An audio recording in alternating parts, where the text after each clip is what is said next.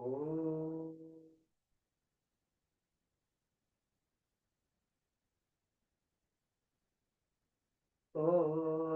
भुवः स्वः तत्सवितुर्वरेण्यं भर्गो देवस्य धीमहि धियो यो नः प्रचोदयात्। जी प्रणाम। तो आज की कक्षा गायत्री की पंचकोशी साधना उपलब्धियां वांग्मय नंबर 13 विज्ञान में कोश आत्मदर्शन की साधना से है।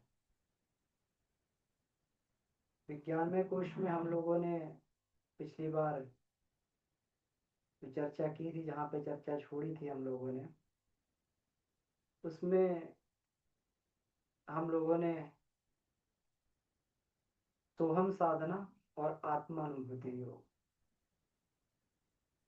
ये दो क्रिया योगों पर बात कर ली थी, इनके अभ्यास किए थे, इनके प्रैक्टिकल भी करके देखे थे।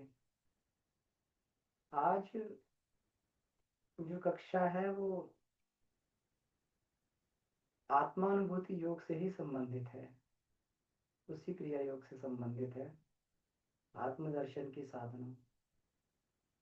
ये वांग्मय नंबर 13 में ही दिया हुआ है, गायत्री महाविज्ञान में इसको नहीं दिया गया। तो यहाँ ये एक अलग से जो है इसको ये, और बहुत ही बढ़िया, क्योंकि बहुत दिन से जिज्ञासा थी ये कि अच्छा आवाज धीरे आ रही, मैं एक मिनट।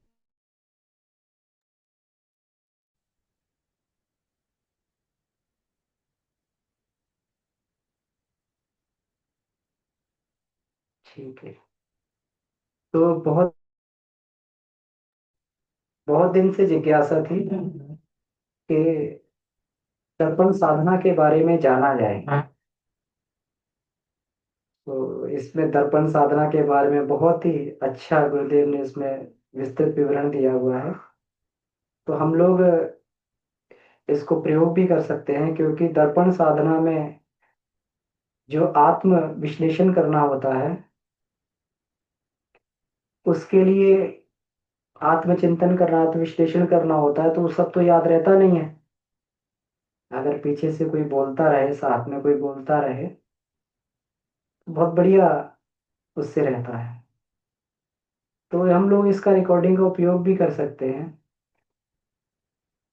जो हमने प्रैक्टिकल किया, एक छोटी सी वॉइस रिकॉर्डिंग भी करके रखी थी ऑडियो की, तो उसके इंस्ट्रक्शन से भी जो है उससे सहायता मिलती है।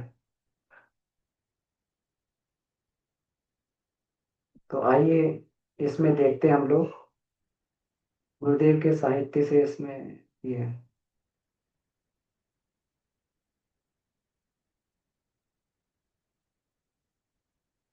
अच्छा, साउंड स्पष्ट नहीं है, एक मिनट।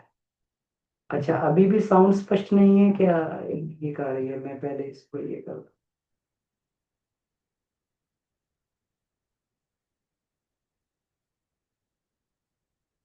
ठीक है, ठीक है, आवाज ठीक। क्लियर बस है। है भैया। अभी स्पष्ट है, ठीक है। ठीक, धन्यवाद। तो आइए हम लोग इसको देखते हैं, गुरुदेव के साहित्य से जो ये इसको पीपीटी बनाने का प्रयास किया है, इसको देख लेते हैं। और इसको बार बार मनन चिंतन करके हम लोग, देखिए कोई भी प्रतीक होता है, उसके पीछे एक दर्शन होता है। तो दर्पण साधना के पीछे भी दर्शन है, दर्पण अकेला आत्मदर्शन नहीं करवा सकता, लेकिन उसके पीछे जो ये दिया हुआ है, ये बहुत कर सहयोगी रहता है इसमें। तो इसको हम लोग ये देखते हैं। अब इसमें देखिए ये बात ये कही गई है। हम्म अध्यात्म विज्ञान की दो धाराएं। तो ये दो धाराओं को गुरुदेव ने इसमें बताया। अध्यात्म विज्ञान की दो धाराएं होती हैं, आत्मदर्शन और विश्व दर्शन। इसको हम लोग आत्मबोध और तत्वबोध भी बोलते हैं। तो जितनी भी पूरी की पूरी ब्रह्म विद्या है, ये ब्रह्म विद्या पूरी की पूरी इन्हीं का ही विश्लेषण करती है, इनकी व्यवहारिक विधि व्यवस्था को बताती है। आत्मबोध और तत्वबोध, सारी के सारी उपनिषद जिस ज्ञान की धारा का वर्णन करते हैं वो यही दो ज्ञान की धाराएं हैं, आत्मबोध तत्वबोध। जिस व्यक्ति को आत्मबोध और तत्वबोध ये दोनों ये हो जाते हैं, फिर उसके लिए कुछ बहुत ज्यादा पढ़ने की उसको आवश्यकता नहीं रहती, क्योंकि जिसके लिए आत्मिक आध्यात्मिक साधनाएं की जा रही थी, स्वाध्याय किया जा रहा था, उद्देश्य पूरा हो गया। तो आत्मबोध क्या है? आत्मबोध के अंदर क्या आता है? बहुत सुंदर। देखिए गुरुदेव ने कितना, हम लोग सुनते तो हैं आत्मबोध तत्वबोध, आत्मबोध तत्वबोध, लेकिन गुरुदेव ने कितना बढ़िया इसमें ये बात जो है इसके माध्यम से समझाई है अपने साहित्य में। उसको उसी तरीके से बोलने का हम प्रयास कर रहे हैं कि आत्मसत्ता के स्वरूप, लक्ष्य, धर्म, चिंतन एवं कर्तव्य की वस्तु स्थिति समझाई जाती है आत्मबोध के अंतर्गत। मतलब स्वरूप क्या है, हमारा स्वरूप क्या है? अभी तो हम अपने आप को शरीर मान बैठे, शरीर से ही जुड़ी हुई सारी गतिविधियों को हमने प्राथमिकता दी हुई, तो जीवन भी उसी दिशा में चलता रहता है। लक्ष्य भी मालूम नहीं है। किसी से पूछो आपका लक्ष्य क्या है? हमारा लक्ष्य आईएएस अधिकारी बनना है, हमारा लक्ष्य डॉक्टर बनना है, हमारा लक्ष्य जो है नेता अभिनेता बनना है। इस तरीके से लोगों ने अपने सांसारिक लक्ष्य निर्धारित किए हुए हैं, लेकिन आत्मा को इस लक्ष्य से कोई मतलब। उसका धर्म क्या है? उसके लिए व्यवहार करने योग्य, उसके लिए कर्तव्य क्या है, धर्म क्या है,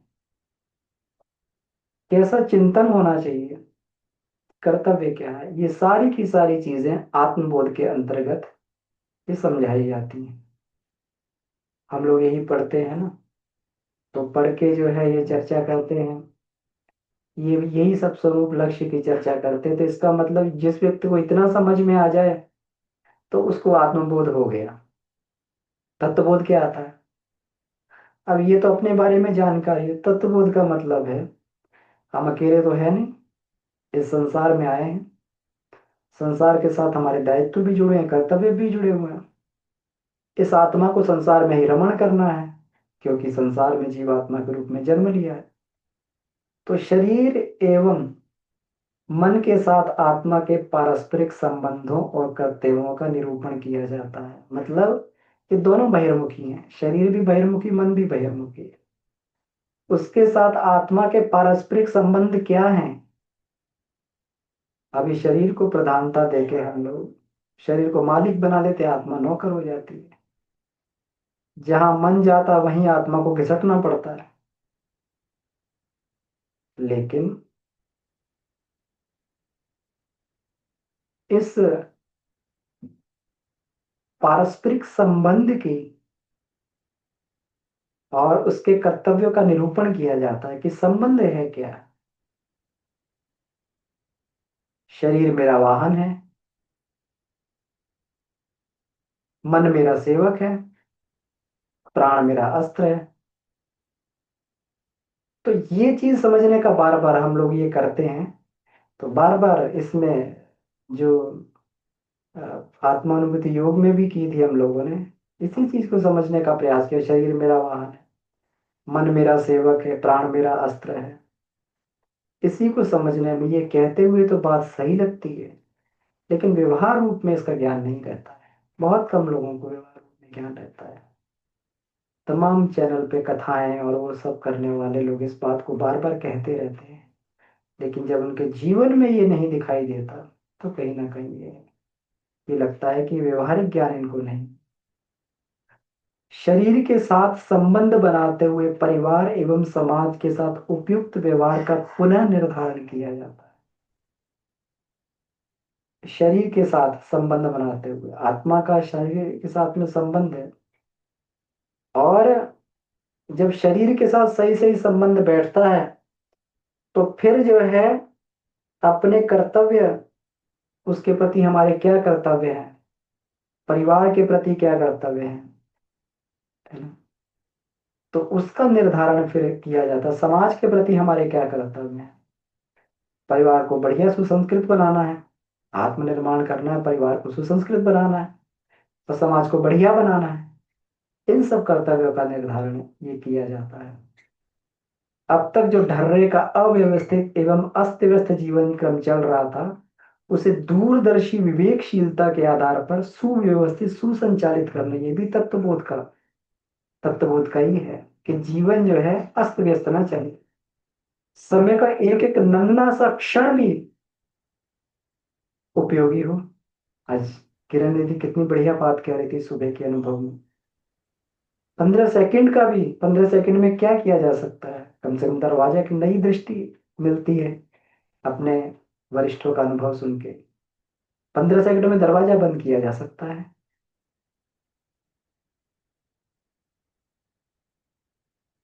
एक नई दृष्टि जो है इससे मिलती है। जब हम लोगों ने साधना में ये किया, पहले लगता था 5 मिनट साधना में लेट हो गए तो क्या हो गया, साधना में के क्रम में 5 मिनट लेट हो गए तो क्या हो गया। जब ये साधना होने में समझ में आया कि 5 मिनट में पूरा का पूरा षटकर्म हो जाता है, देवावाहन हो जाता है 5 मिनट में। 5 मिनट में एक माला पूरी हो जाती है, और वो 5 मिनट का अगर लॉस हो जाए तो दिन में इतना फिक्स टाइमिंग है कि वो एक माला जब ड्यू हो जाती है, वो फिर दिन में टाइम नहीं मिलता है, वो इतना महत्वपूर्ण है। एक एक मिनट का महत्व। 1 मिनट लेट हो जाए तो क्या है, तो क्लास लेट चालू होगी, 1 मिनट लेट चालू होगी। 1 मिनट में भी अब भगवान ने देखी कितनी छूट हमें लोग को दे रखी है, बफर टाइम दिया हुआ है कि 1 मिनट में भी 60 सेकंड होते हैं। मतलब 60 सेकंड की छूट भगवान ने हमें दे दी है। अगर 4:55 हो रहा है तो 4:55 60 सेकंड तक 4:55 ही बना रहेगा। और 60 सेकंड तक, अगर 60 सेकंड के बीच में हम लोग कोई काम शुरू करते तो लेट नहीं माने जाएंगे। भगवान इतनी भी छूट दे रखी है। एक एक सेकंड का, नैनो सेकंड का कैसे जो है मूल्यांकन किया जाए, ये समझ में आता है। अगर अध्यात्म जीवन में आ गया तो व्यक्ति का जीवन व्यवस्थित होने से नहीं रह सकता, जरूर व्यवस्थित हो जाएगा। हमारे क्रियाकलाप, यही अध्यात्म का मतलब है, डिसिप्लिन लाइफ को जी, अनुशासित नियम के अनुसार जीवन को जीना। कितने साधकों का ये कितना बढ़िया अनुभव रहता है कि अब लगता ही नहीं कि इतना सब काम कर रहे हैं, समय बचने लगा। क्यों? जहां पर अंड बंड समय निकल रहा था, व्यवस्थित समय हो गया, और बहुत कुछ कर भी लेते हैं और तब भी समय बच जाता है। कितना बढ़िया है। यही है, यही हमारा तत्व बोध है। अगर जिसका जीवन डिसिप्लिन हो गया उसको तत्व बोध हो गया। तो इन्हीं दोनों धाराओं को पवित्र गंगा यमुना कहा जाता है। आत्मबोध और तत्वबोध को ही गंगा यमुना कहते हैं, और इन्हीं के संगम को तीर्थराज कहते हैं, जिसको आत्मबोध भी हो गया और तत्वबोध भी हो गया। दोनों के मिलने से जो उसको त्रिवेणी में स्नान करने का परम पुरुषार्थ, परम पुण्य फल प्राप्त होता है। लोग 150 वर्ष का कुंभ सुन के भीड़ टूट पड़ी वहां पर, एक दूसरे पे धक्का मुक्की, पैरों तले कुचल के और मार के, और वैसे करके सब तरीके से लोगों ने कहा कि वो 150 वर्ष वाले कुंभ में किसी तरीके से स्नान करके और पुण्य लूट लिया जाए, संगम का पुण्य लूट लिया जाए। लेकिन वास्तविक जहां पर गंगा यमुना की ये मिलती है और त्रिवेणी बनती है, वो आत्मबोध और तत्वबोध की ही साधना है। पूरा का पूरा अध्यात्म इसी पर टिका हुआ है।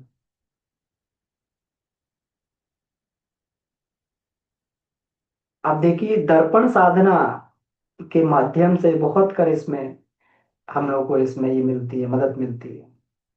और उच्च स्तरीय साधना में दर्पण साधना का बहुत महत्व।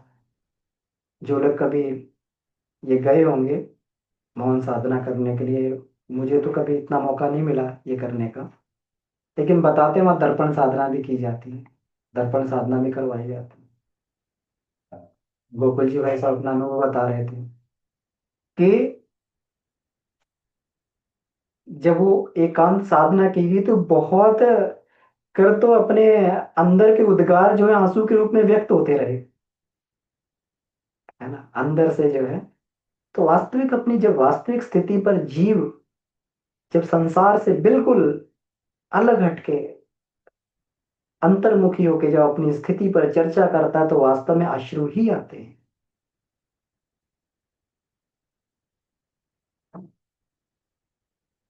वास्तव में व्यक्ति को समझ में आता है कि मेरे जीवन का उद्देश्य क्या है। और गुरुदेव ने दर्पण साधना करने के लिए ही वो 5 दर्पण जो वहां पर गायत्री माता मंदिर के सामने लगाए हैं। गायत्री माता का मंदिर तो छोटा सा है, लेकिन वो 5 दर्पण जहाँ पे लगाए हैं गुरुदेव, इतना बड़ा उसको, इतना बड़ा भटके हुए देवता का मंदिर है। वो सबसे बड़ा मंदिर है भटके हुए देवता का, जहाँ पर 5 5 दर्पण लगे। तो गुरुदेव इसका महत्व समझते थे, इसलिए पहले ही उन्होंने वो किया। वहां पर खड़े होके हम लोग कम से कम अपने अपने आप को सोचें कि जो वहां पर लिखा हुआ है क्या उसके अनुरूप हम लोग कर पा रहे हैं। तो देखिए इसमें इन दोनों का लक्ष्य एक ही है। दोनों अन्योन्याश्रित एवं परस्पर पूरक हैं। इसके लिए ध्यान मुद्रा में बैठकर सामने एक बड़े दर्पण में वक्षस्थल से ऊपर अपना शरीर दे। इतना दर्पण तो लगभग मिल जाता, 1.5 फुट का दर्पण कि जिसमें अपना वक्षस्थल तक दिखाई दे जाए। इतना दर्पण सभी के पास में होता है आजकल जो है, बड़े बड़े दर्पण का और ड्रेसिंग टेबल का रखने का सबका वो है, तो आराम से मिल सकता है, वक्षस्थल तक दिखाई दे जाए। पूरी भी अपनी छवि को देखा जा सकता है, लेकिन पूरा अगर छवि दिख रही है तो छवि उतनी ही बड़ी होनी चाहिए जितने हम हैं। ऐसा ना हो छवि छोटी बड़ी हो। वो 1.5 फुट के दर्पण को गुरुदेव ने कहा 2.5 फीट की दूरी से लगभग वो देखा जा सकता है, वहां पर उतनी दूरी से। तो वो जो है सही दूरी है। अब उसमें इस दर्पण में अपने स्वरूप को देखना होता है, साथ ही उसका दार्शनिक विवेचन विश्लेषण गंभीर मनस्थिति से करना होता है, गंभीर मनस्थिति से। इसलिए इसमें जो भी ये दिए हुए हैं उसको याद कर लेना चाहिए। याद नहीं करना है तो कम से कम जो है इसको रिकॉर्ड करके रख लें, उतना जो है उसको बार बार मनन चिंतन करते रहें, अपनी आवाज में रिकॉर्ड कर लें।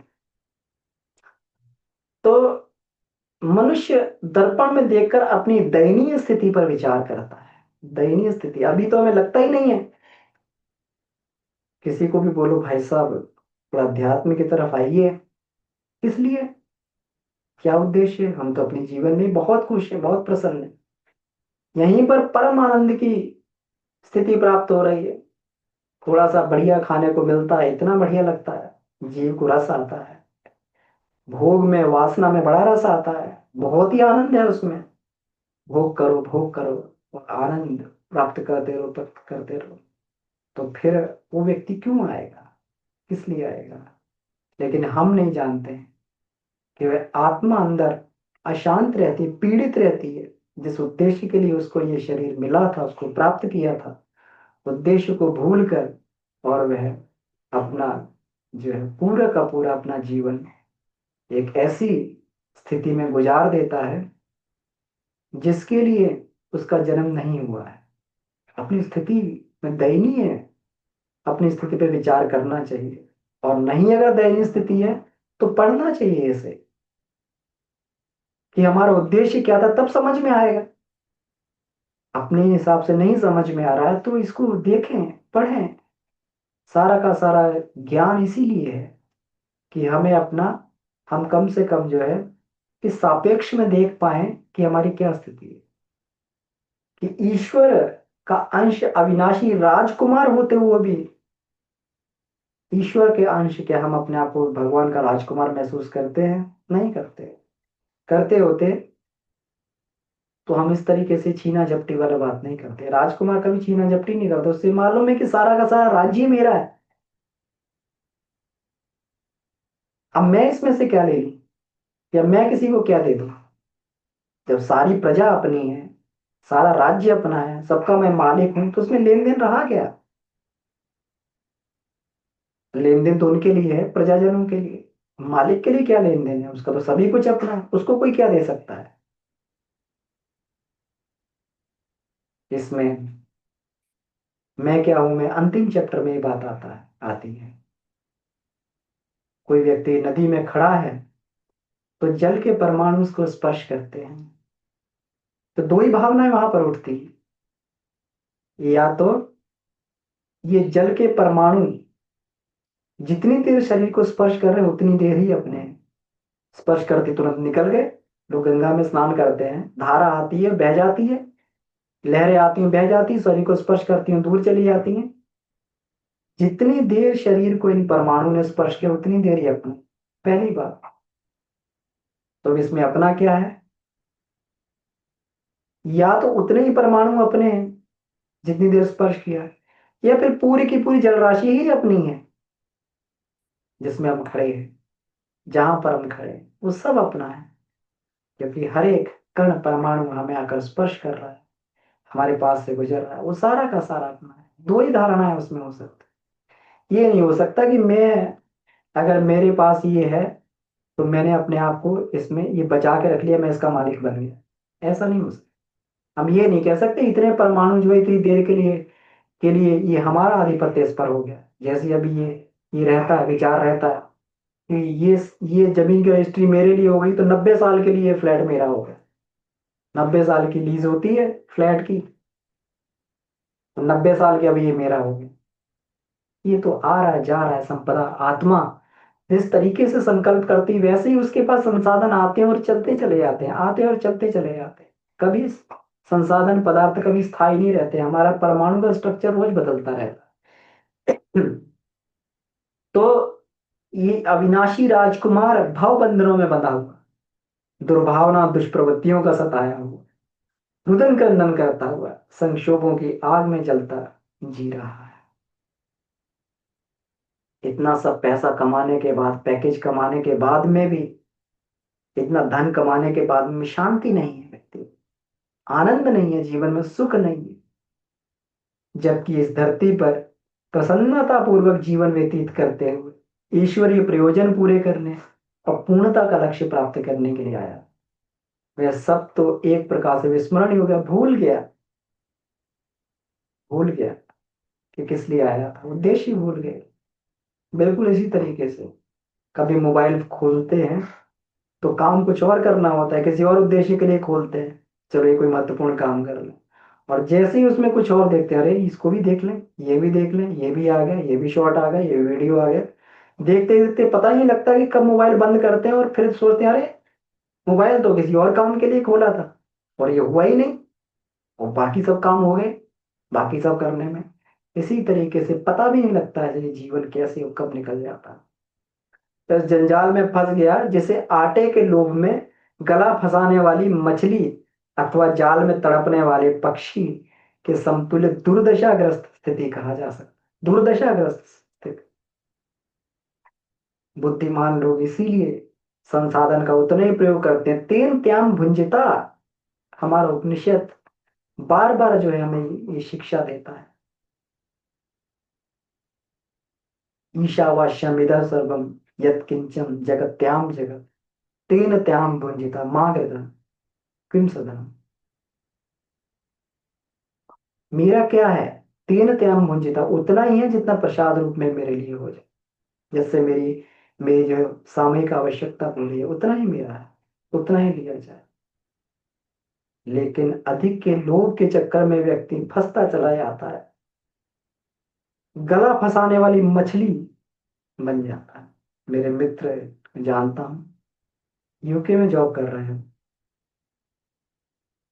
तो एक घर खरीदा, दो घर खरीद लिए, ये प्लॉट खरीद लिया, वो प्लॉट खरीद लिया, जीवन भर पूरा का पूरा जीवन जो है उसमें कि किस लिए कि बाद में आराम का जीवन जिएंगे।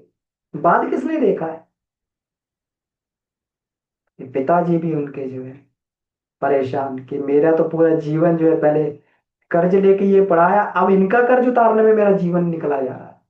अपनी पेंशन से जो है बच्चों का कर्ज उतार रहे हैं, माँ बाप क्या करें?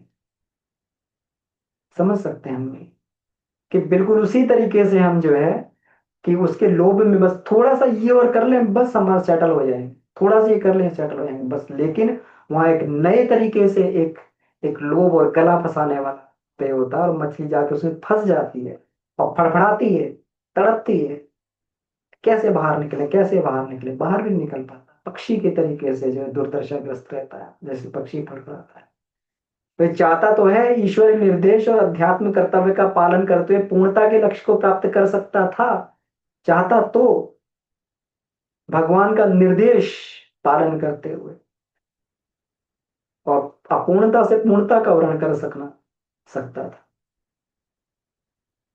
कबीर साहब कहते थे, साईं इतना दीजिए जामे कुटुंब समाए, मैं भी भूखा ना रहूं ना साधु भूखा जो। मालूम था इससे अधिक मांग लिया तो मेरे लिए आफत बन जाएगी। अधिक मांग लिया, भगवान अगर अधिक देता है तो उसके साथ जिम्मेवारी भी देता है, दायित्व भी देता है। और ये दायित्व हर किसी को नहीं मिला। भगवान किसी किसी को दायित्व देता है, उसके लिए करता है, उसको ड्यूटी दे देता है कि मैं तुम्हें इतना दे रहा हूं, अब तुम ये। वैश्विक स्थिति इसीलिए होती है, उचिता भाव पूर्ति है। उतना पैदा करो, सभी के भावों की पूर्ति करो। ये वैश्य का धर्म है। भगवान देता है उस हिसाब से देता है, लेकिन सबके लिए ये स्थिति नहीं है। अब गुरुदेव आगे कहते हैं कि आगे किसी के पास बहुत ज्यादा पैसा नहीं हो जाएगा, रह जाएगा। आगे जो है पूरा, सब पूरी की पूरी संपत्ति पर समाज का आधिपत्य हो जाएगा, समाज का आधिपत्य, क्योंकि ऐसी स्थितियां बनती जा रही हैं धीरे धीरे। पहले मशीनीकरण होने से लोगों ने अपनी जॉब छोड़ दी थी, आज एआई के होने से लोगों की जॉब चली जाएंगी। आर्टिफिशियल इंटेलिजेंस, मशीनों के रहते हुए लोगों के हाथ पैर कट गए।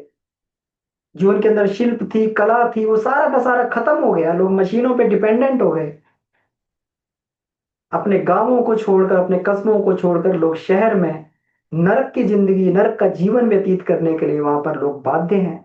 मैंने देखा है बेंगलोर जैसे शहर में, दिल्ली जैसे शहर में किन परिस्थितियों में लोग रह रहे हैं।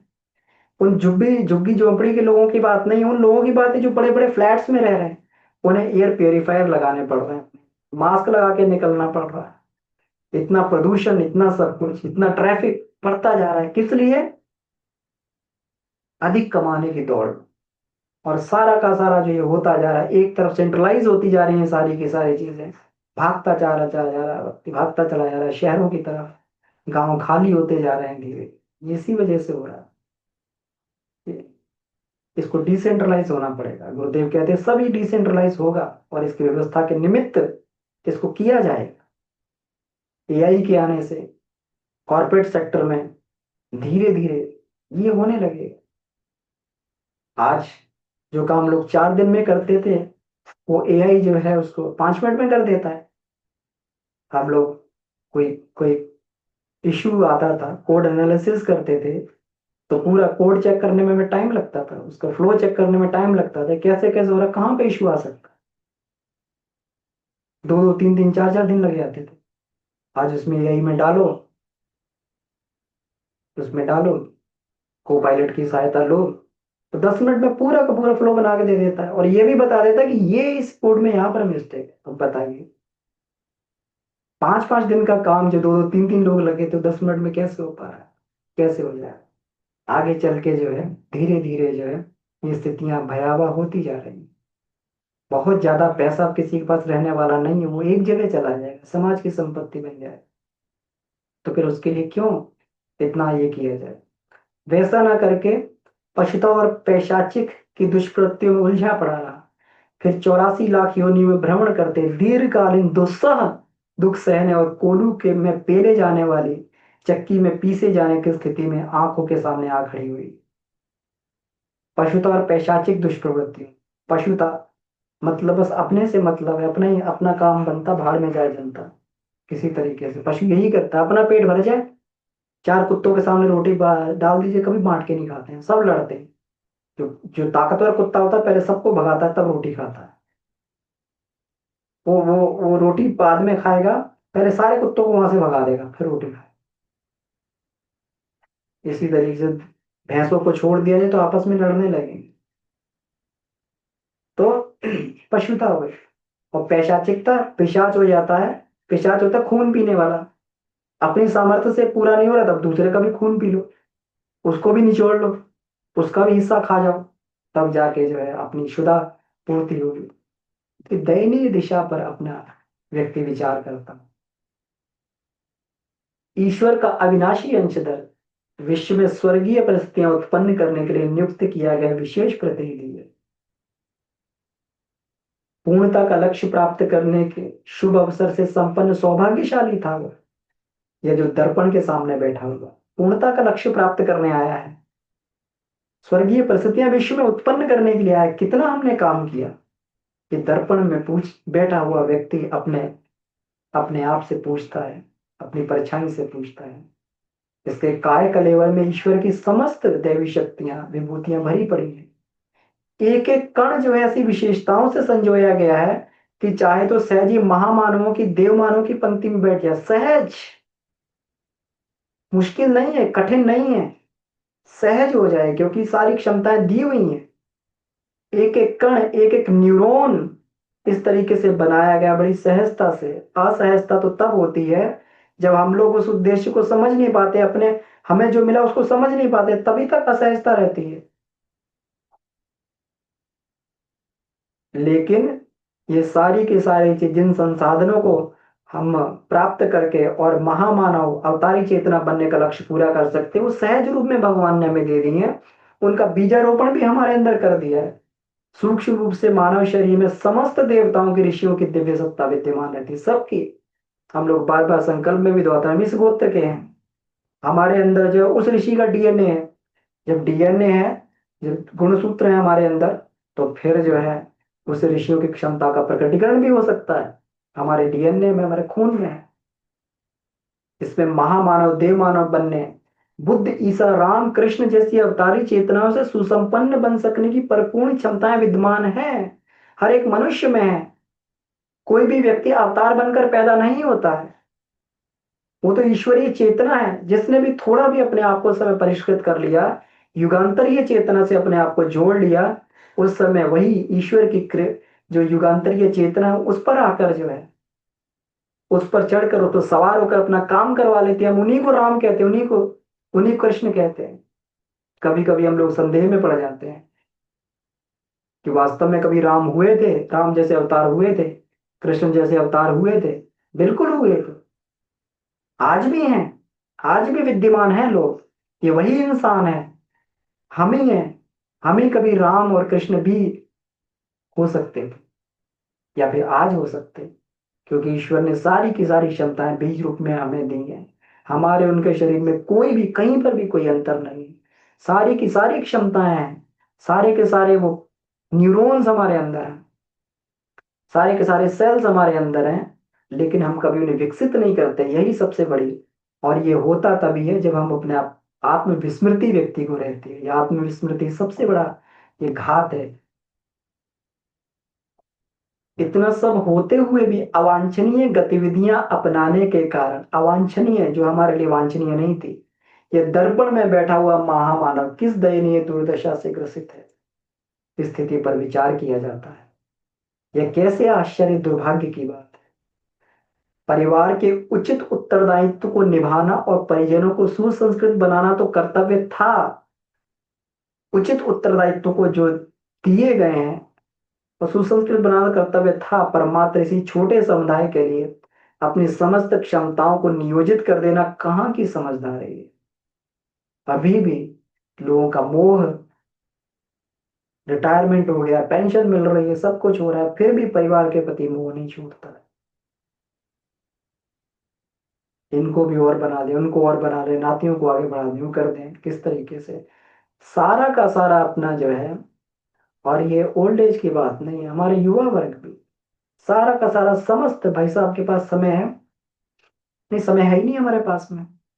कुछ फैमिली को टाइम नहीं, फैमिली को टाइम देने का मतलब क्या हुआ। फैमिली को टाइम देने का मतलब हम फैमिली के बीच में बैठे हुए हैं और अपने अपने मोबाइल लेके सब लोग लगे हुए हैं, ये फैमिली को टाइम देने का मतलब।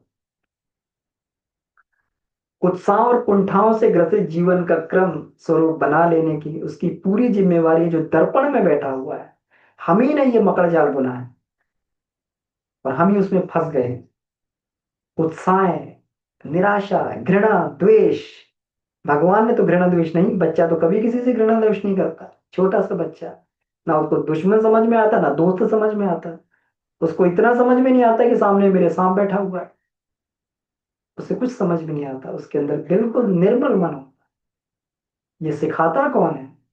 बेटा इनसे हमारी दुश्मनी चल रही, इनके घर मत जाना।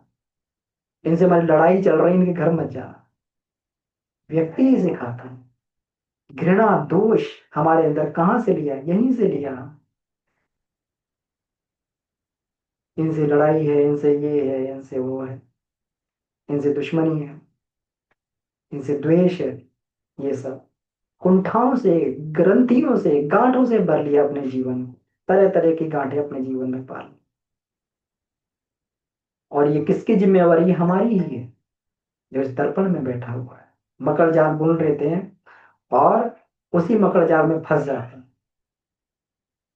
वे चाहे तो उसे समेट सकता है, स्वच्छंद विचरण की जीवन मुक्ति की स्थिति प्राप्त करने में पूर्ण सफल हो सकता है। कौन? वे जो दर्पण में बैठा हुआ है।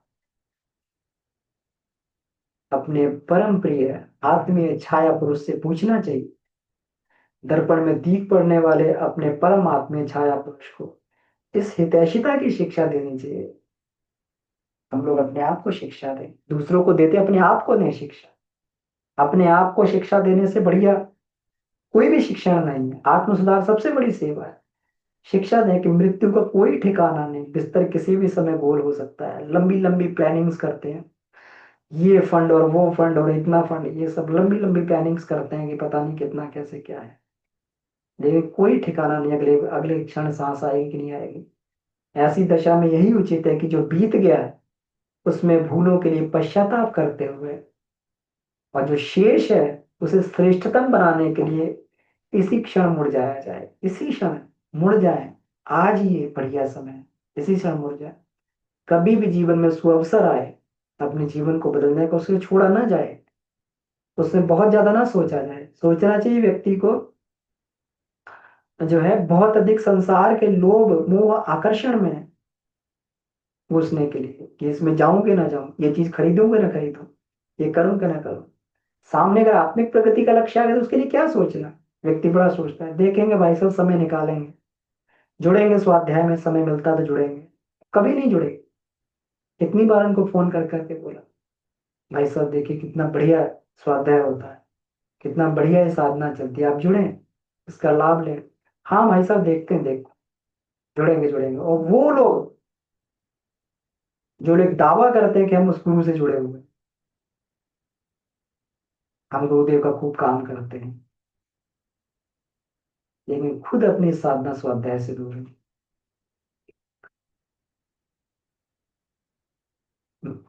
ऐसी दशा में यही उचित है कि जो बीत गया उसमें भूलों के लिए पश्चाताप करते हुए जो शेष है श्रेष्ठतम बनाने के लिए शिक्षण मुड़ा जाए। ये वर्तमान ही है जिसमें दिशा बदलने का काम अविलंब आरंभ किया जा सकता है और तेजी से कदम बढ़ाते हुए निश्चित लक्ष्य पे पहुंचा जा सकता है।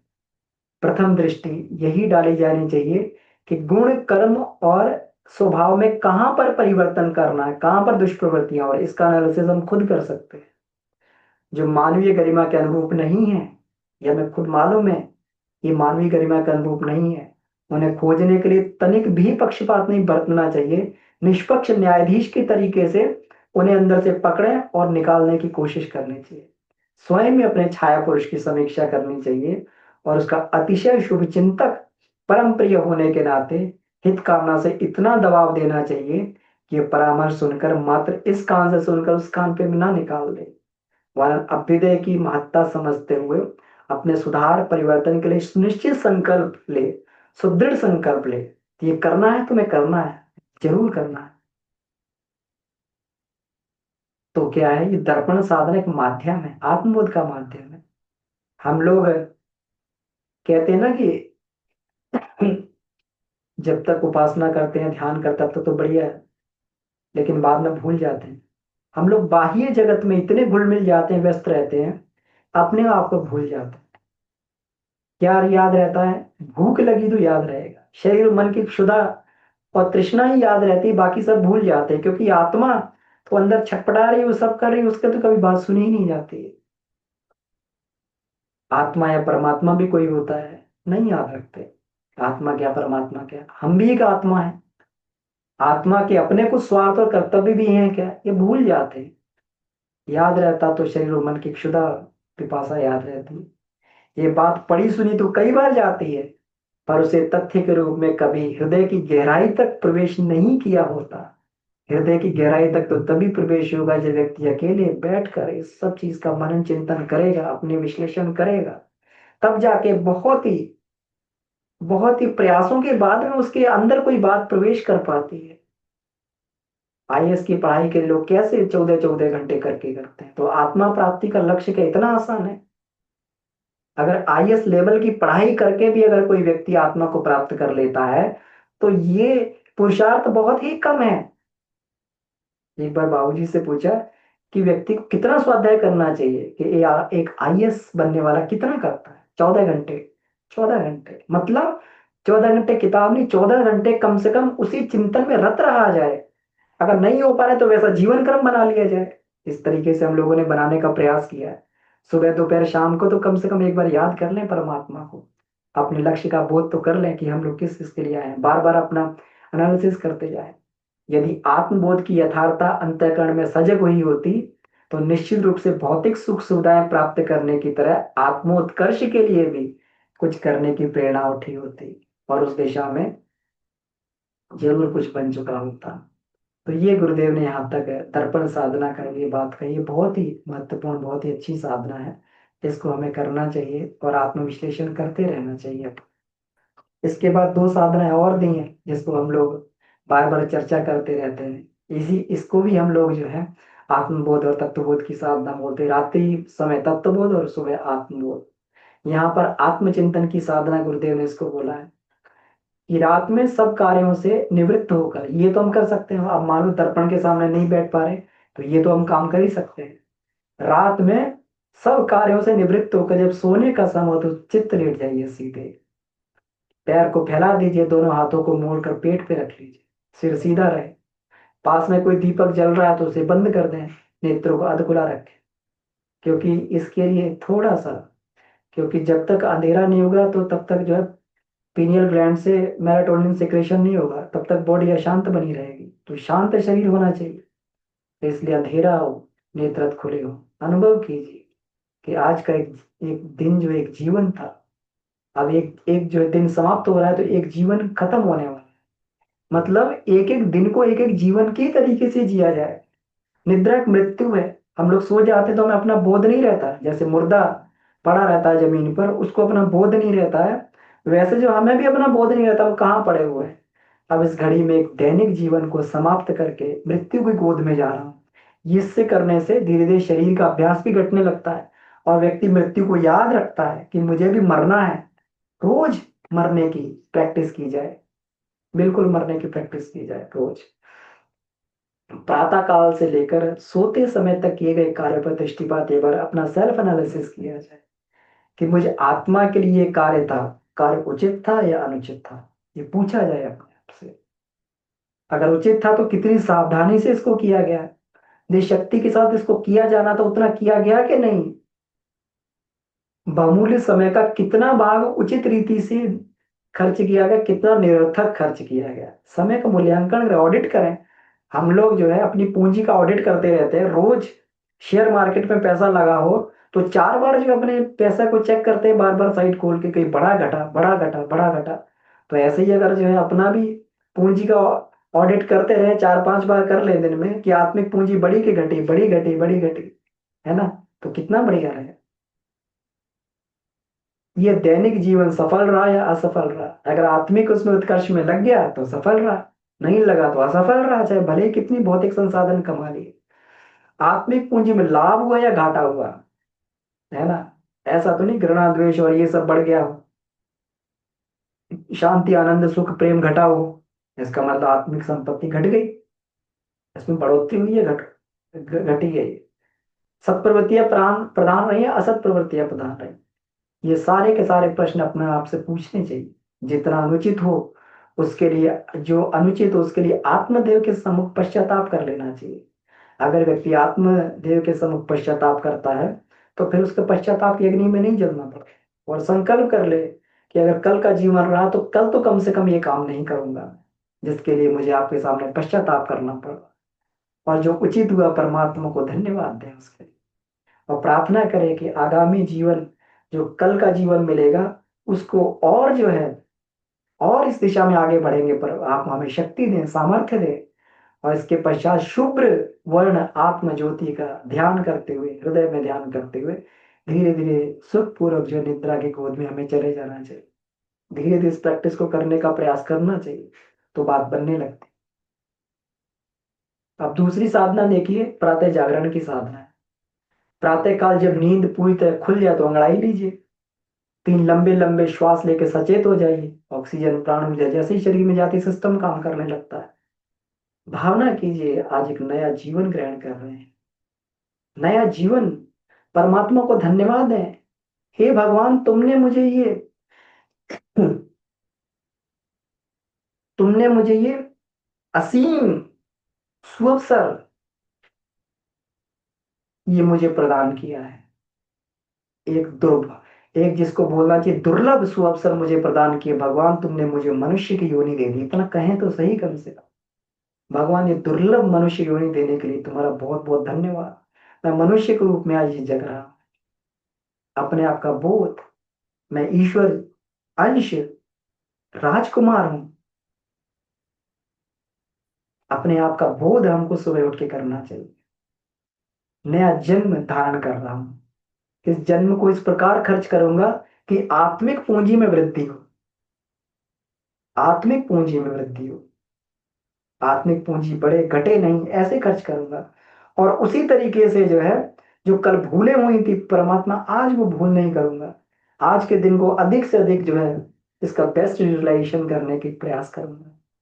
अब दिन भर के कार्यों की योजना बनानी चाहिए। निश्चित मान लीजिए हमारे पास कोई प्लान नहीं होता है तो हमारा समय अंड बंड संड में चला जाता है, तो हमें समझ भी नहीं आता कितने महत्वपूर्ण काम पड़े रहते हैं, और समय निकल जाता है, और समय जब होता है तब काम याद नहीं आता है कौन सा काम पड़ा था हमारा।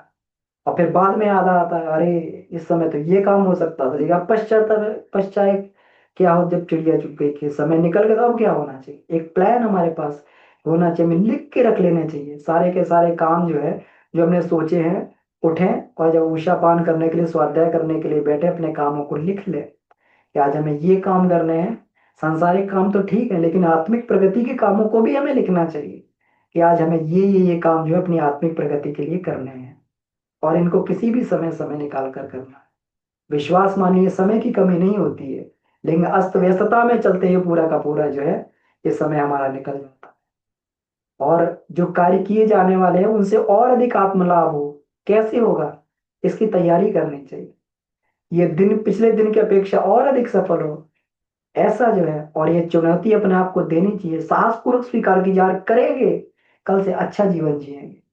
परमात्मा का ध्यान करना चाहिए, प्रसन्न मुद्रा में एक चैतन्य, ताजगी, उत्साह, आशा, आत्मविश्वास के साथ में अपनी जो शैया का त्याग करना चाहिए। आज का एक नया जीवन पूरे आत्मविश्वास के साथ में चाहिए। आज एक नव जीवन में प्रवेश कर रहे हैं, अपना पैर नीचे रखते समय नव जीवन में प्रवेश कर रहे हैं। जब ये आत्मचिंतन की साधना हम लोग करते हैं तो धीरे धीरे भुलक्कड़ी कम होने लगती है, शरीर का अभ्यास घटने लगता है, फिर आत्मा का अभ्यास बढ़ने लगता है। शरीर को लक्ष्य करके किए जाने वाले विचारों कार्य शिथिल पड़ने लगते हैं, तथा विचारधारा एवं कार्य प्रणाली समुन्नत होती चली जाती, जिसके द्वारा आत्मलाभ के लिए अनेक प्रकार के पुण्य आयोजन किए जाते हैं। तो ये साधना बहुत ही महत्वपूर्ण है। धीरे धीरे जो है व्यक्ति अपने आप को जो है आत्मबोध की साधना करने से, जो बड़ी कठिन लगती है कि हम शरीर नहीं आत्मा है, धीरे धीरे उसको उसका बोध होने लगता है, उसके अनुभव में आने लगता है, उस ज्ञान को हृदयंगम कर ले इसी ज्ञान के माध्यम से। तो ठीक है, ये बहुत ही महत्वपूर्ण साधना इसमें दी हुई थी, तो इन पे हम लोगों ने चर्चा की, और ये हम लोग को ये करते रहना चाहिए। बहुत बहुत आभार सभी का इसमें जुड़ने के लिए। कुछ प्रश्न हो तो हम उस प्रश्नों पे चर्चा भी कर सकते हैं, और मैं हैंड रेज करके बात भी कर सकते हैं उस पर।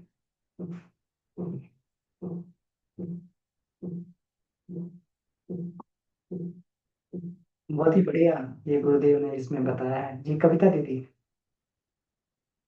हाँ आप अनम्यूट करते जाएं दीदी। जी, आपको परमिशन होगी अनम्यूट करने की। जी। जी भैया प्रणाम, सभी को प्रणाम। भैया बहुत बहुत आभार, बहुत अच्छी तरीके से आप समझाए दर्पण साधना। अ, और भी क्लियर हो गया भैया आज। और जिस दिन भैया सच में 1 मिनट के 5 मिनट लेट होता है ना भैया, तो बहुत आत्मग्लानि होती है। साधना तो छूटता नहीं भैया, साधना तो हो जाती है, लेकिन सुबह का जो ब्रह्म मुहूर्त का अगर देर हो जाता है भैया, तो सारा दिन अंदर में एक तकलीफ बनी रहती है।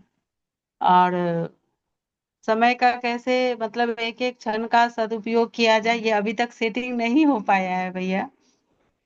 बस उसी को सेट करना बाकी है। स्वाध्याय भी छूटने से बहुत लगता है, मतलब सारा दिन माथा में वही चलता है, काम भले कुछ और सांसारिक का किया जा रहा है, लेकिन स्वाध्याय साधना उसी पे चिंतन विचार चलते रहता है, कैसे उसको क्या बनाए भैया।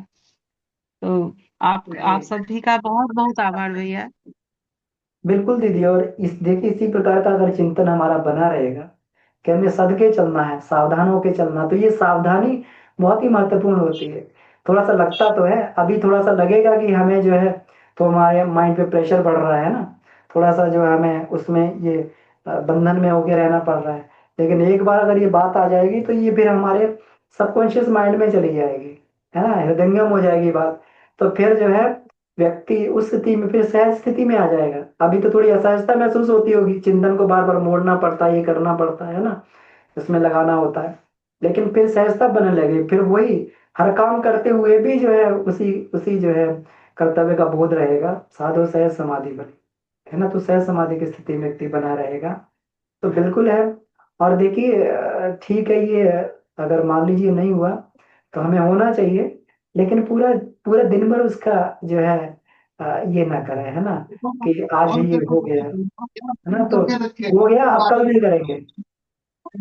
शाम को प्रश्न एक बार जो है पश्चाताप करते हुए भगवान से क्षमा मांग ले, आत्मदेव से क्षमा मांग ले, ये भूल हुई थी, है ना, कल नहीं करेंगे, अगले दिन ना करें।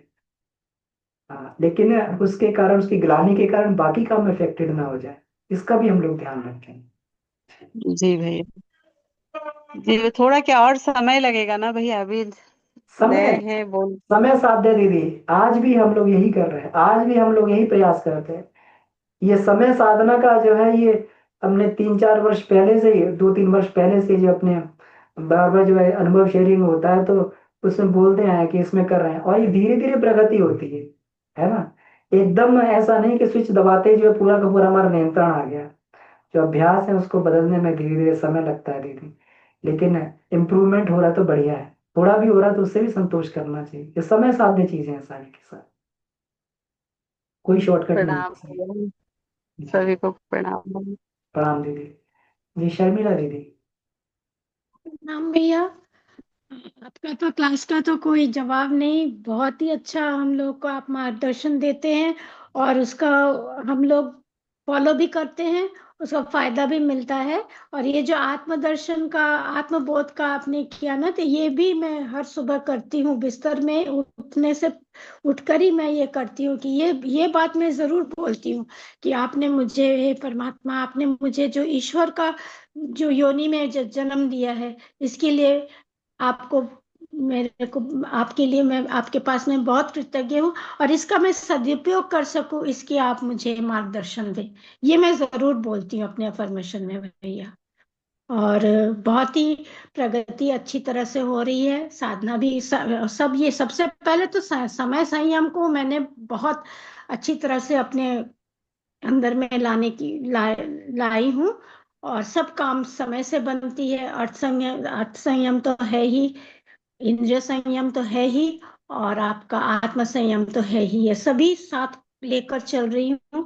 और सच में आपको बहुत बहुत आभार भैया, जो आपका जो इतना सुंदर मार्गदर्शन हमें मिल रही है। जी धन्यवाद दी, भैया। दी बहुत बहुत आभार अपने अनुभव बनाने के लिए।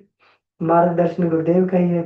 हम, लेकिन हमारी व्यक्तिगत इतना नहीं है कि क्षमता नहीं है हम आपको कुछ बता पाए, है ना, इतनी उच्च स्तरीय बातें हम आपसे कुछ कह पाए, कुछ रख पाए। ये तो गुरुदेव अपना जो है उस तरीके से जो ये दिया हुआ है, तो उसको हम वैसे ही, जैसे गुरुदेव ने दिया उसे ही वैसे हम लोग जो है उसको प्रस्तुत करने का प्रयास करते हैं। गुरुदेव की सामर्थ्य है, वो इतना अद्भुत ज्ञान दे सकते हैं। हम लोग तो केवल निमित्त मात्र बनकर उनकी वो, और लगता भी है कि जो है कि अपनी क्षमता तो नहीं है, ये तो उस परमात्मा की ही क्षमता हो सकती है, जो इतना अद्भुत ज्ञान जो है वो हम सब लोगों को इस माध्यम से मिल रहा है। और आप सभी लोगों के माध्यम से हमारा भी कल्याण हुआ जा रहा है।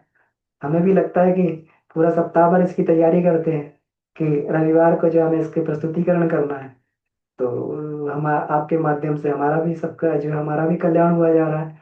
एक दूसरे के माध्यम से हम लोग आगे बढ़ रहे हैं। इससे बढ़िया और क्या हो सकता है। जी दीदी, धन्यवाद। और रात को सोते समय भी यही बोलती, मतलब बोलती हूँ कि जो आज मैं जो आपके जो निर्धारित, जो आपने जो मेरे लिए कर्म रखे थे, वो मैं समय के साथ और अपने पूरी सतता के साथ जो मैं कर पाई, इसके लिए आपके चरणों में शत शत नमन। ये भी मैं बोलती हूँ भैया बिल्कुल। रात को और ये सोते बोलना समय। भी चाहिए दीदी, फिर आपका जीवन तो वैसे ही बहुत का सदा हुआ है। आप हाँ इतनी साधना कर रही हैं, शुरू से ही आपका जीवन, आपका परिवार जो आपके अनुभव में आपने बताया, तो आपके जी पूर्व भैया, जन्मों के संस्कार भी हैं। और कुछ तो था, कुछ तो था, कुछ तो था। और इस माध्यम से जी देखिए भैया। दूसरों को भी आप मार्गदर्शन कर पा रही हैं, बहुत अच्छी बात है। ये जीवन का उद्देश्य ऐसे ही सफल होता है दीदी। जी, बहुत बहुत बहुत संतुष्टि तृप्ति मिलती है। और पूर्णता, पूर्णता आई है जीवन में जो पहले नहीं थी। बिल्कुल। प्रोफेशन था, सब कुछ था, लेकिन पूर्णता नहीं थी भैया, अब पूर्णता आई है जीवन में। पूर्णता तो उसी से आती है कि जब हम अपने उद्देश्य को, इस परमात्मा की सृष्टि को सुंदर बनाने के लिए अपना योगदान देते हैं, तभी जीवन में पूर्णता महसूस होती है। जी बिल्कुल सही भैया, बहुत बहुत धन्यवाद। जी धन्यवाद दीदी। जी सुषमा दीदी। प्रणाम भैया जी, सभी साथों को प्रणाम। दे प्रणाम। मैं कहना चाह रही हूँ भैया, जब से आपके सानिध्य में आई हूँ, बहुत कुछ सीखा मैंने, बहुत ज्यादा सीखा। रात को और सुबह धन्यवाद देना नहीं भूलती हूँ भगवान को।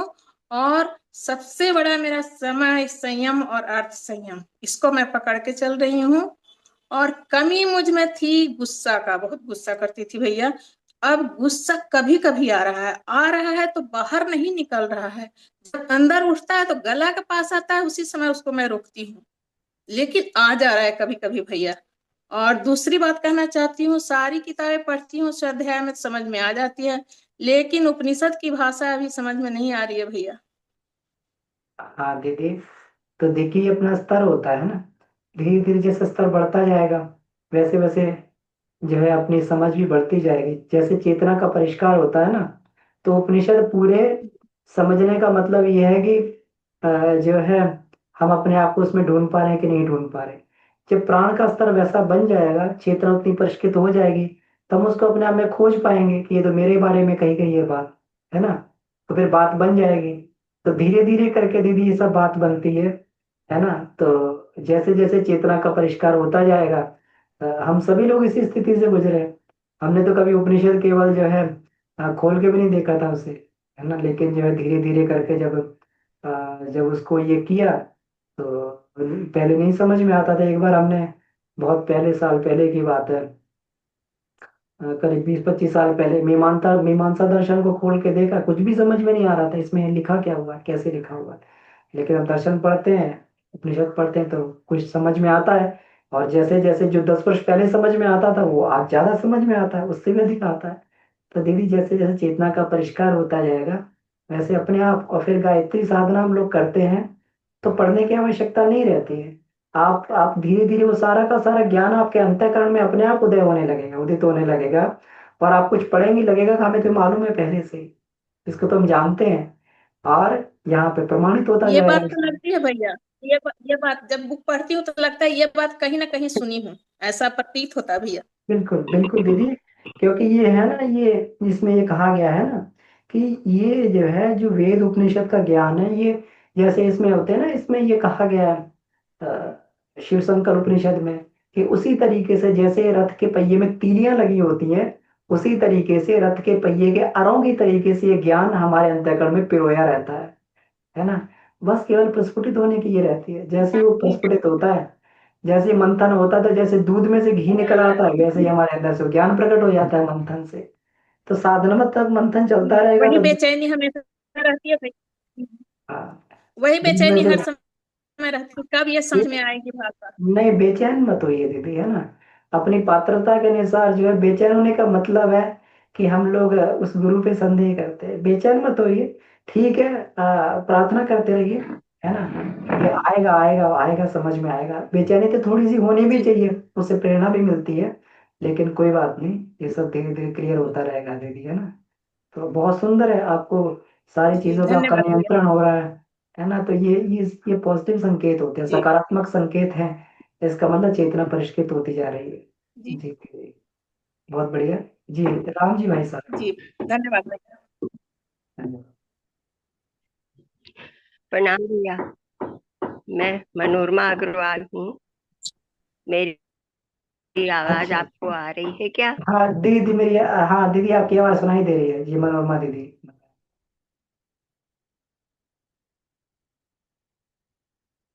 जी जी बताएं दीदी। आपका चैट में आया था कि इसका पीडीएफ डाल दें, है ना। तो पीडीएफ हम डाल देंगे, हर बार डालते हैं, इस बार भी डाल देंगे, क्लास की रिकॉर्डिंग भी डाल देंगे।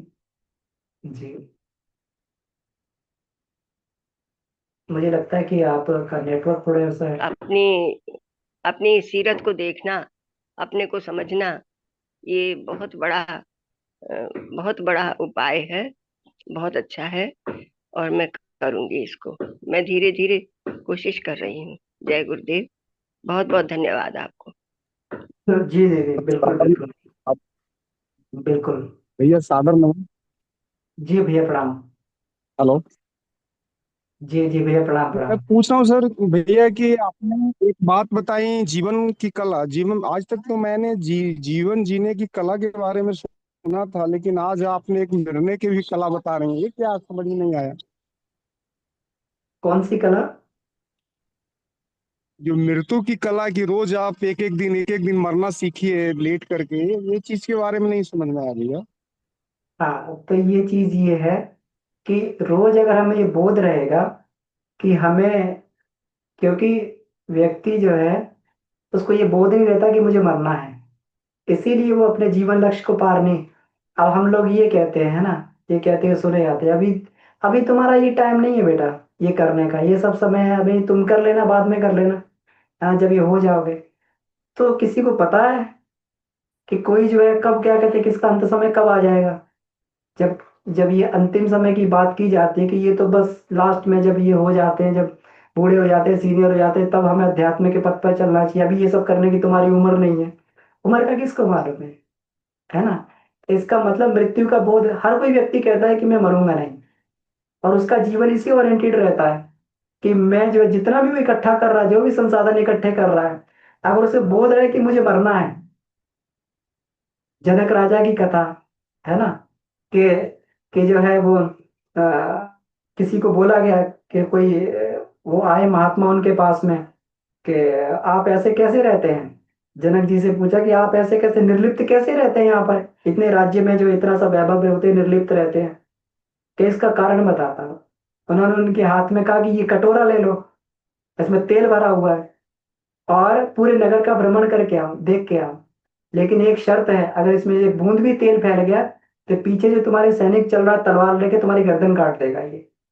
तो पूरा का पूरा नगर घूम आए, अब घूम आए और ध्यान उस पर रहा कि तेल की एक बूंद ना छलक जाए। जब ये नेटवर्क चला गया था, तो जब वापस आए तो उनसे पूछा कि आपने नगर देख लिया, है ना। तो उनका नगर क्या देखता, मेरा ध्यान तो यही रहा था कि तेल की एक बूंद भी छलक ना जाए, क्योंकि मृत्यु सामने खड़ी थी। तो जब व्यक्ति के सामने मृत्यु रहती है तो कभी भी गलत नहीं करता, वो अपने जीवन के लक्ष्य को याद रखता है कि मैं यहाँ पर क्यों आया हूँ। इसलिए रोज मृत्यु की कला का ये करना चाहिए, और अगर रोज मृत्यु के व्यक्ति अभ्यास करता है तो अंतिम क्षणों में जो उसको ये रहता है, एक जो है जो असहनीय कष्ट होता है शरीर छोड़ते समय, वो कष्ट नहीं होता है, बड़े हंसते हंसते उस तरीके से।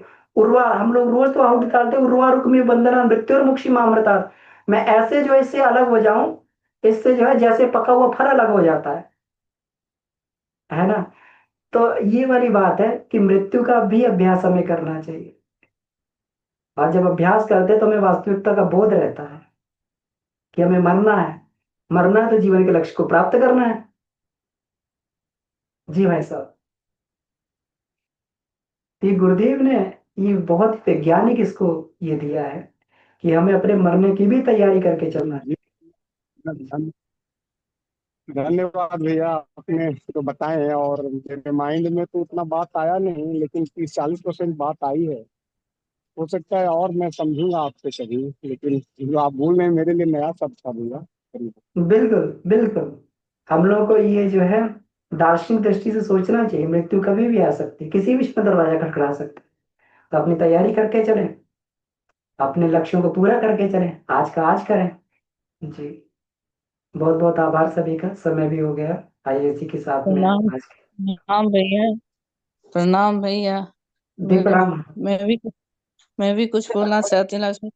अभी जो भैया ने बोला ना, उससे हम लोग की समस्या का समाधान हो गया भैया। और आज जो आपने बताया तो ठीक में कभी भी आ सकती है। गुरुदेव ने लिखा है, इसलिए रोज आप तैयार होके हमें रहना है। इससे एक चीज होगा कि हम निर्भय भी रहेंगे भैया। मैं तो कोई बहुत बड़ी साधक नहीं हूँ, लेकिन आपकी बातों से बहुत कुछ सीखने को मिल रही है। मैं ध्यान भी दे रही हूँ, गौर करती हूँ। गुरुदेव ने जब लिखा, पुस्तक पढ़ी है उसमें कि आपको हमेशा तैयार रहना है। जब वैसा समय आएगा तो हम डरेंगे नहीं, हम अपना चलेंगे, अपने को तैयार करके रखेंगे।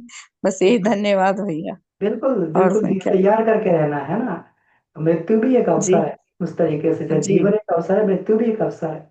ऐसे जी। करके जो और दोनों का ही ये करना उसे उत्साह पूर्वक, जैसे है। जिंदगी जी रहे हैं ना, वैसे ही उसको भी उत्साह पूर्वक ही मनाना उत्साहपूर्वक चाहिए। वर्ण करना चाहिए, है ना। तो इसलिए कभी भी जो है व्यक्ति को दुख नहीं होगा अंत समय में। उर्वारुक में बंधनान, है ना, मैं बंधन जी। से ऐसे छूट जाऊं, इस शरीर से ऐसे छूट जाऊं जैसे ये होता है। जी जी, हेमलता जी, धन्यवाद। ये समय धन्यवाद। आगे बढ़ता जा रहा है, लेकिन फिर हम लोग जो है ये कर लेते हैं जी। जी भैया, प्रणाम सभी को। भैया, इस संदर्भ में एक बात मेरे मन में आ गई, इसीलिए हमने लास्ट में हैंड रेज किया। अभी दीदी और भैया ने जो मृत्यु के संबंध में जो बात कही, तो भैया उपनिषदों में जो पढ़ रहे हैं उसके आधार पर जो हमें ज्ञान मिला है इस आत्मबोध तत्व बोध की, तो वही रखना चाहती हूँ। जो हमें जो समझ में आता है कि एक तो प्रतिदिन मृत्यु बोध की साधना करने से क्या होता है, कल होकर एनर्जाइज होकर लोग जगते हैं और दुगनी शक्ति से काम करते हैं। तो वो मृत्यु भी तो वैसा ही होता है, चोला बदलने वाली प्रक्रिया होती है और फिर से नया जन्म लेती है आत्मा, और पूरे जोश से पूरे एनर्जाइज होकर अपना अगला जीवन शुरू करती है, प्रारंभ करती है उसी ऊर्जा के साथ। तो हम लोग अगर इस रूप में ले तो इसको ज्यादा उत्साह पूर्वक हम अपनी त्रुटियों को अगर समर्पित करते चले भगवान के चरण में, और अच्छाइयों को ग्रहण करने का संकल्प लेकर चले, तो ज्यादा दुगने जोश से हम सुबह उठकर जग कर अपना कार्य में लग सकते हैं। तो बस जी भैया, यही बात करनी थी, जी जी, चर्चा बहुत करनी थी। सुंदर। वैसे आपकी बातें हाँ, बहुत इस ही एक अच्छी, सुअवसर की बहुत तरीके से हृदय इसको स्पर्श देखा करने जाए। वाली। जी, जी जी, धन्यवाद भैया। ठीक है। धन्यवाद। आइए शांति पाठ करते हैं। ओम शांति शांति शांति। ये समाप्त। सभी भाई बहनों को प्रणाम, बहुत बहुत आभार आपका इसमें जुड़ने के लिए। धन्यवाद।